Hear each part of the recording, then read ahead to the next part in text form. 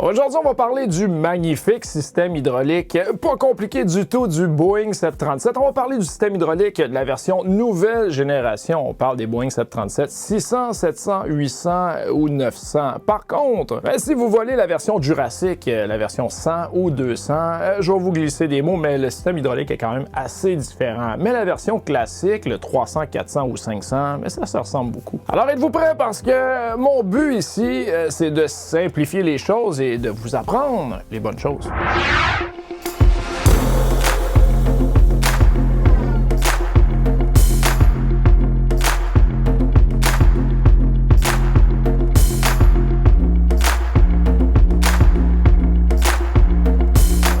Alors, tout d'abord, le système hydraulique. C'est pas tous les avions qui ont des systèmes hydrauliques. Les Cessna, c'est directement par câble. Mais on a un problème quand on arrive avec des panneaux aussi énormes que le Boeing 737 et Airbus, c'est la même chose. Parce qu'on a besoin d'énormément de force pour faire fonctionner les panneaux, les systèmes, les contrôles de vol. Et c'est là que le système hydraulique entre en jeu. Et j'aime mieux vous dire avant de commencer que les explications du petit cours PDF que j'ai monté ainsi que tous les graphiques sont sur le site Board Aviator que vous allez retrouver en cherchant dans la bonne section. Dans notre cas, ça va être une nouvelle génération. Vous pourrez descendre et vous aurez la section hydraulique. Et dans cette vidéo, on parle de l'introduction en gros du système hydraulique du Boeing 737. Par contre, je vais avoir d'autres vidéos pour un problème avec le système A, un problème avec le système B, un problème avec les deux systèmes manual diversion qu'on appelle. Et également une vidéo sur un accident qui a eu lieu à cause du système hydraulique qui est peut-être mal compris ou en tout cas bref, je vais vous parler d'une autre vidéo avec un accident dedans qui va couvrir le système. Des fois, c'est la manière d'apprendre par intensité, donc c'est le fun d'apprendre des fois des erreurs des autres. Mais sans les juger, attention. Alors le Boeing 737-800 est merveilleux. Il est équipé de 3 systèmes hydrauliques. Nous avons le système A, le système B et le système de secours, ou si vous préférez, stand-by. Et vous l'avez deviné, le système de secours ou stand-by a été conçu pour être capable de prendre le relais s'il y a un problème avec le système A, le système B ou les deux systèmes. Et ces systèmes hydrauliques alimentent divers composants essentiels à l'opération de l'aéronef, notamment les commandes de vol, on parle des volets et les becs de bord d'attaque, les volets de bord de fuite, le train d'atterrissage, les freins, la direction du train avant, on appelle le nose wheel steering. Il y a également les inverseurs de poussée, le pilote automatique et la fameuse grosse porte de chargement du pont principal ou la main deck cargo doors. Souvent, on dit en français, c'est plus facile de le comprendre en anglais.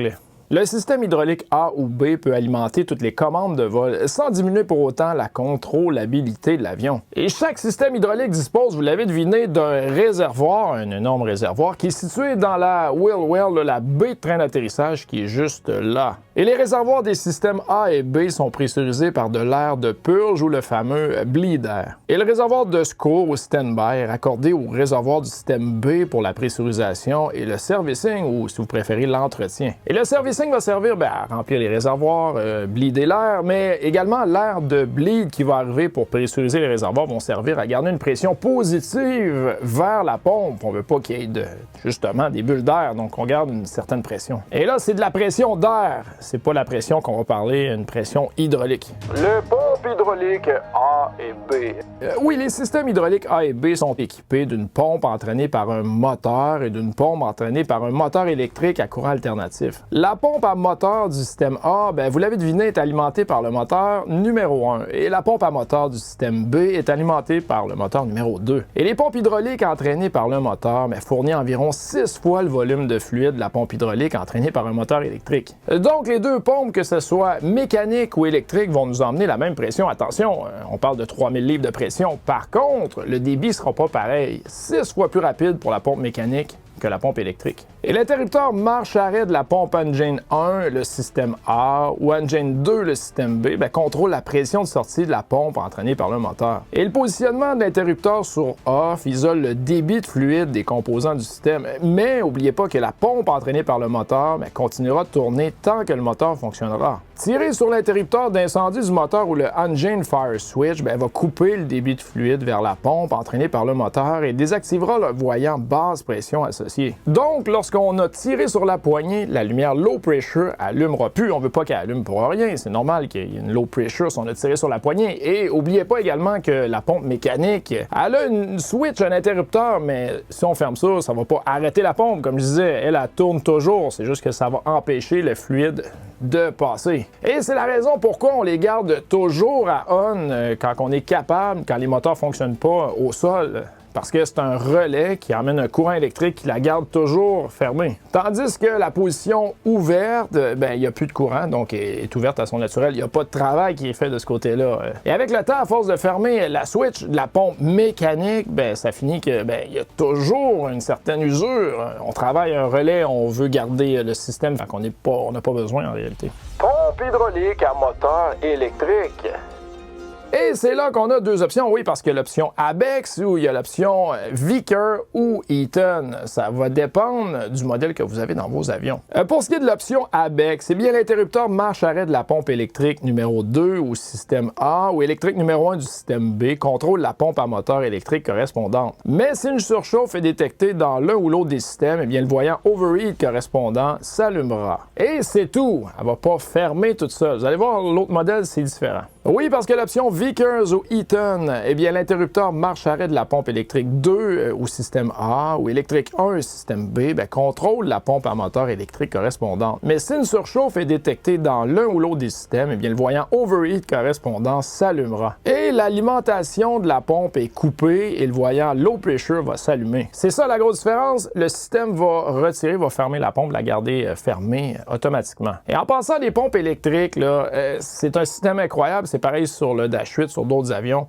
On a la pompe mécanique d'un côté qui est reliée avec une pompe électrique qui va chercher le courant de l'autre côté. Vous comprenez, c'est croisé. On ne veut pas que si on perd le moteur numéro 1, exemple, on perd toute l'hydraulique du système A. Et je vous disais que peut-être que je reviendrai sur la version Jurassic, le 737 100 et 200. Lui, il est un peu différent parce qu'on a un système A qui va s'occuper de tout, ou pratiquement tout. Donc, ils ont décidé de mettre les deux pompes mécaniques du même côté. Les deux pompes mécaniques sont du côté A et les deux pompes électriques sont du côté B. Vous voyez l'énorme différence par rapport à un système qui a été pensé avec le temps. La perte d'une pompe hydraulique entraînée par un moteur et une forte demande sur le système peut entraîner un éclairage intermittent du voyant low pressure pour la pompe hydraulique entraînée par un moteur électrique restante. Et le voyant low pressure des commandes de vol, le voyant d'avertissement principal Master Caution Light et les voyants d'avertissement des systèmes FlightCon et Hydraulic s'allumeront également. Et le fluide hydraulique utilisé pour le refroidissement et la lubrification des pompes traverse un échangeur de chaleur avant de retourner au réservoir. Et l'échangeur de chaleur du système A est situé dans le réservoir de carburant principal numéro 1 et celui du système B dans le réservoir de carburant principal numéro 2. Mais attention parce que la quantité minimale de carburant pour le fonctionnement au sol des pompes à moteur électrique, eh bien c'est 760 kg ou 1675 livres. Si on n'a pas cette quantité dans le réservoir, oubliez ça, la pompe électrique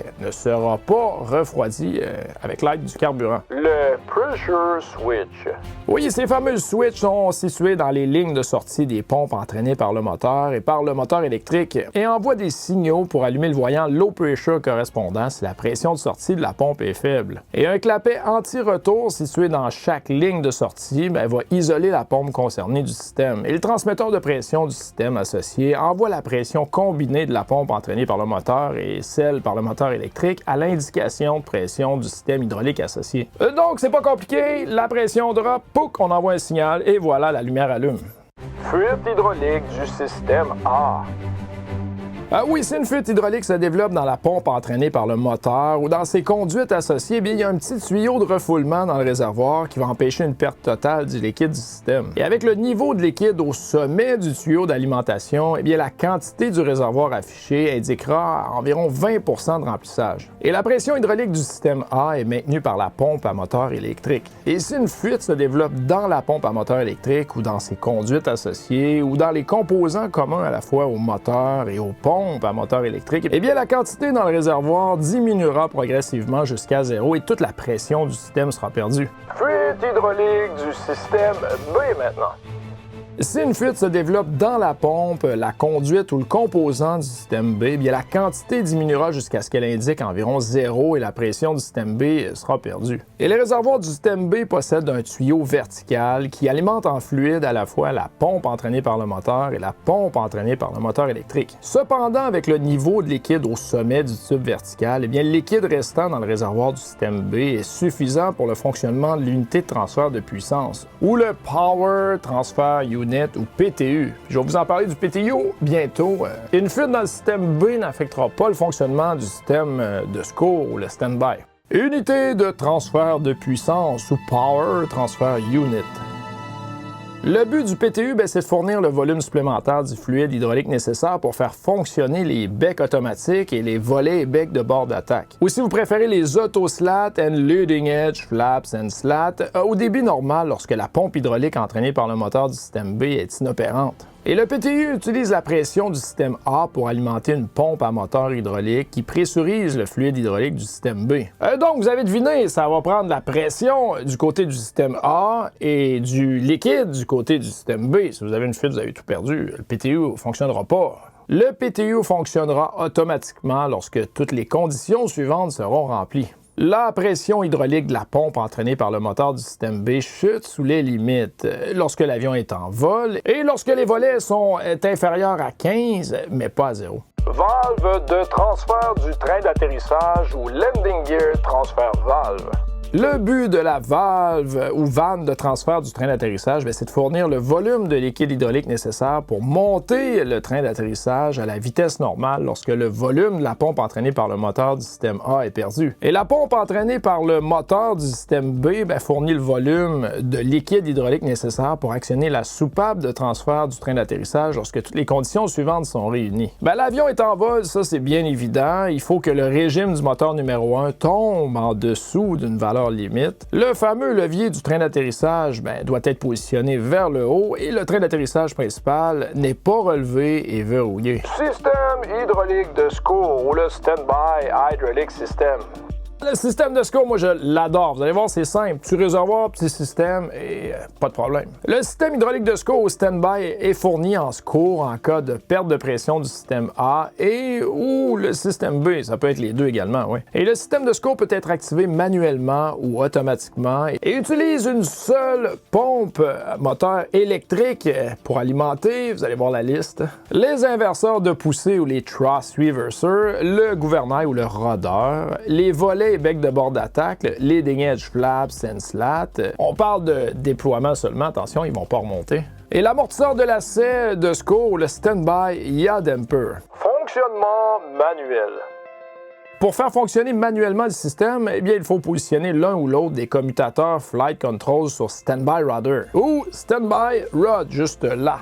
Et ce que cela va faire, c'est assez simple. Ça va activer la pompe à moteur électrique de secours, la stand-by, ça c'est évident, on en a besoin. Ça va couper la pression du système hydraulique associé aux ailerons, aux gouvernes de profondeur et au gouvernail, le fameux rudder, en fermant la soupape d'arrêt des commandes de vol. Ça va ouvrir la soupape d'arrêt du gouvernail ou du rudder de secours, la stand-by rudder shut-off valve, juste là. Ça va désactiver le voyant low pressure de la commande de vol associée lorsque la soupape d'arrêt du gouvernail de secours s'ouvre. Et ça permet au système de secours d'alimenter le gouvernail, le rudder et les inverseurs de pousser les thrust reversers. Et vous allez voir allumer le Standby Rod On, le Master Caution et Flight Control ou FLT CONT, juste là en avant. Là.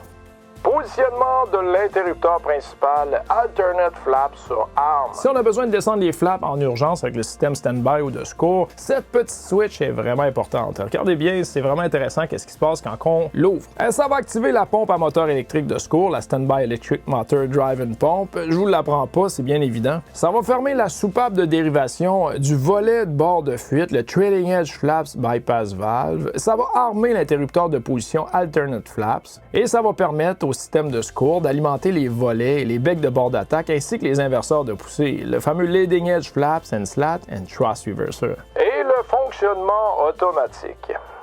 Et tout ça peut fonctionner d'une manière automatique, c'est ça la joie du système. Oui, le fonctionnement automatique est lancé lorsque les conditions suivantes sont remplies. Perte du système A ou B et volet déployé et en vol ou vitesse des roues supérieure à 60 nœuds et le commutateur Flight Control A ou B, système hydraulique activé. Ou les principaux déclenchements du moniteur de combat de force FFM, du PCU ou le PCU Force Flight Monitor FFM. Et vous commencez à comprendre, hein, quand on perd tous les systèmes hydrauliques, vous allez le voir, je vais vous en parler dans une autre vidéo, ça peut être grave pour le rudder et les inverseurs de poussée. Ça, c'est des gros problèmes qui peuvent arriver. Plus de contrôle du rudder du tout si on a tout perdu, imaginez. Mais le stand-by système, le système de secours, lui, va nous aider à garder notre rudder. Fuite du système hydraulique. Oui, si une fuite se produit dans le système de secours, là, ça va pas bien dans le système stand-by, on n'est pas supposé de voir ça. Mais la quantité du réservoir de secours diminuera à 0 et le voyant Low Quantity va s'allumer juste là lorsque le réservoir de secours est environ à moitié vide ou moitié plein. Et le système B continuera de fonctionner normalement, cependant l'indication du niveau de liquide du réservoir du système B diminue et se stabilise à environ 70% de remplissage ou full. Et là, bien sûr, je parle d'une fuite dans le système de secours, le stand-by, quand les deux systèmes là, fonctionnent encore. Le système A et le système B. Variation des indications de quantité hydraulique dans le système.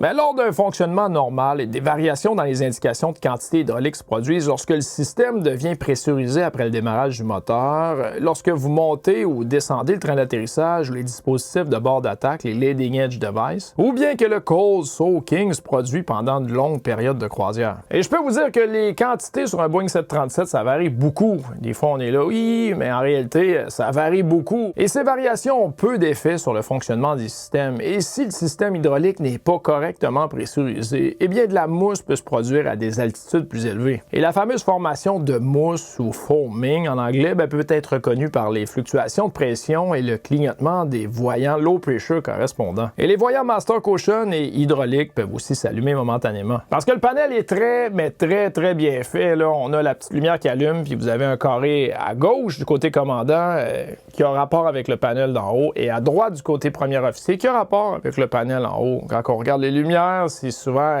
très proche, c'est très associé. Et là, vous voyez, on parle d'hydraulique, donc ça va être de ce côté. Conclusion.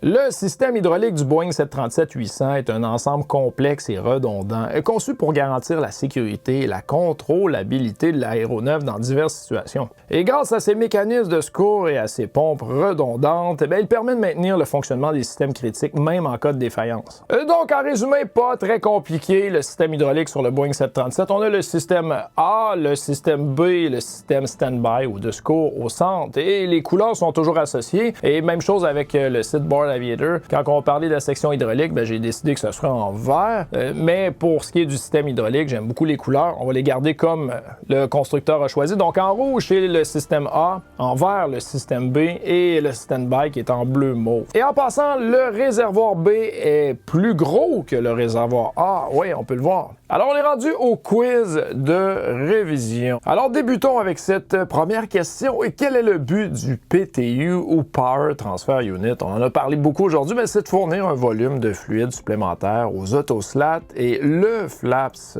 Et tout ça, c'est lorsque la puissance de sortie de la pompe du moteur du système B est faible. Parce qu'on se souvient du PTU, ça va prendre du liquide des deux côtés, mais ça va prendre une pression du côté A pour créer une pression avec le liquide qui reste du côté B. Ça, c'est primordial, oui. Et une petite parenthèse pour le système autoslat, ou si vous préférez, les becs de bord d'attaque automatiques ou les slats automatiques, c'est conçu pour augmenter les caractéristiques de l'air à des angles d'attaque élevés lors du décollage ou de l'approche de l'atterrissage. Et en gros, lorsque les volets trailing edge, ceux en arrière de l'aile, sont de 1 à 5, eh bien, le bec leading edge, celui qui est en avant, est en position déployée. Mais lorsque l'avion s'approche de l'angle de décrochage, eh bien, le bec de bord d'attaque va se déplacer automatiquement vers la position complètement étendue pour activer le vibreur de manche. Et les slats ou becs de bord d'attaque vont revenir en extension lorsque l'angle de tangage sera suffisamment réduit par rapport à l'état d'attitude critique. Donc, c'est un merveilleux système automatique pour se protéger d'un décrochage imminent. Quelle est la pression normale du système A et B? C'est assez simple, 3000 PSI. Quel réservoir du système hydraulique est le plus grand? Ben, c'est bien évident, c'est le système B qui est beaucoup plus grand que le système A. Ben, pas beaucoup plus grand, mais il est plus grand le système B que le système A. Puis ben, le stand-by, le réservoir auxiliaire, ben, lui, il est tout petit, comme on peut voir ici. Comment la pression en haut, on parle de bleed, et la quantité sont-elles maintenues dans le réservoir de secours, le stand-by? Eh bien, c'est avec un interconnecting balance line qui va être relié à partir du réservoir B. La pompe électrique du système A est alimentée par quel générateur boss? La pompe électrique du système A, ben, elle va être alimentée par le boss du générateur numéro 2. Ça, c'est évident. On ne veut pas que ce soit tout du même côté. Imaginez, vous perdez un moteur, vous perdez tout. Non, non, non. On va utiliser justement le boss opposé pour pouvoir alimenter électriquement le côté mécanique qui a fait défaut. Et en cas de fuite dans les conduites associées à la sortie de la pompe entraînée par le moteur mécanique du système A, là on parle de mécanique, bien, quelle quantité de liquide du réservoir sera retenue? On en a parlé, comme on peut voir, c'est le quart de la quantité. Et en cas de fuite dans les conduites associées à la sortie de la pompe entraînée par le moteur, mais cette fois-ci électrique du système A, bien, quelle quantité de liquide de réservoir est retenue? Ben là, c'est bien évident que c'est 0.